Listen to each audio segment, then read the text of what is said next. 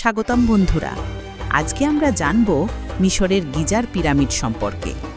এটি মিশরের গিজা শহরে অবস্থিত, যা রাজধানী কায়রো থেকে প্রায় ২০ কিলোমিটার দক্ষিণ পশ্চিমে।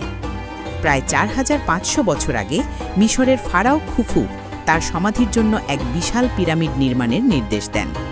এই পিরামিডটি শুধু সমাধি নয়, বরং ফারাওয়ের ক্ষমতা ও দেবত্বের প্রতীক ছিল। বলা হয় প্রায় ১ লাখের বেশি শ্রমিক ও কারিগর দিনের পর দিন, বছরের পর বছর কাজ করে পিরামিডটি তৈরি করেছিলেন। গিজার পিরামিড আসলে ৩টি বড় পিরামিডের একটি কমপ্লেক্স: খুফুর পিরামিড, খাফরার পিরামিড এবং মেনকাউরের পিরামিড।